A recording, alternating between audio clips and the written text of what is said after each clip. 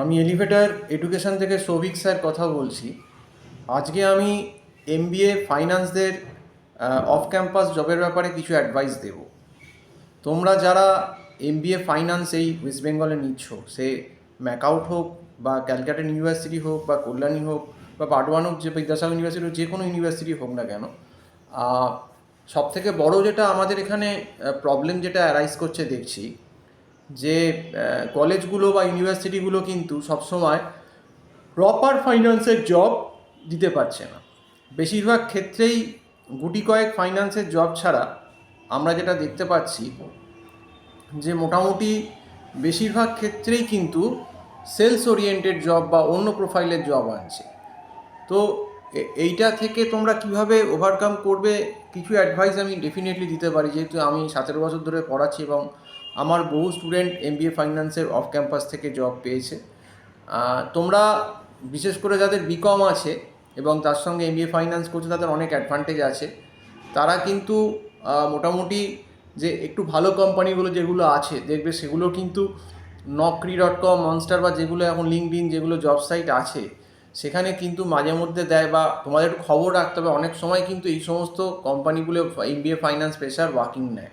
যেমন জেনপ্যাক্ট আছে, তোমরা জেনপ্যাক্টে ডেফিনেটলি ট্রাই করতে পারো। জেনপ্যাক্ট কিন্তু ফ্রেশার নেয়, এমবিএ ফাইন্যান্স ফ্রেশার নেয়। হ্যাঁ, জেনপ্যাক্টের কিছু ব্যাপার বলে রাখি, জেনপ্যাক্টের স্যালারিটা একটু কম, কিন্তু ওয়ার্কলোড অন্য এমএনসির থেকে কম।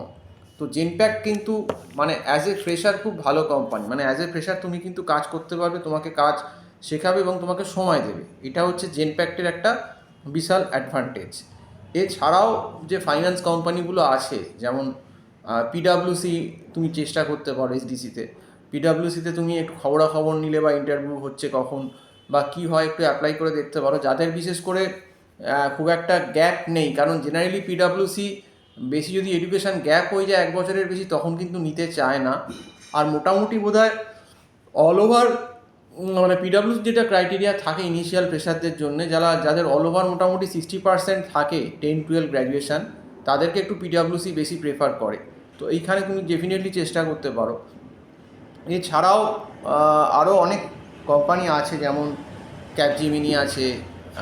তারপর যারা বিটেক ব্যাকগ্রাউন্ড, তাদের টিসিএস অনেক সময় ফাইন্যান্সের অ্যাপ্লাই করছে। বিটেকটা একটু বেশি প্রেফার করে, বিটেক যারা তোমরা করছো। টিসিএস আছে, উইপ্রো আছে, কগনিজেন্ট আছে। তো এই এমএনসিগুলো কিন্তু ভেতর বা সাইটের থ্রুতে কিন্তু রিক্রুটমেন্ট হয়, এগুলো একটু খবর রাখতে হবে।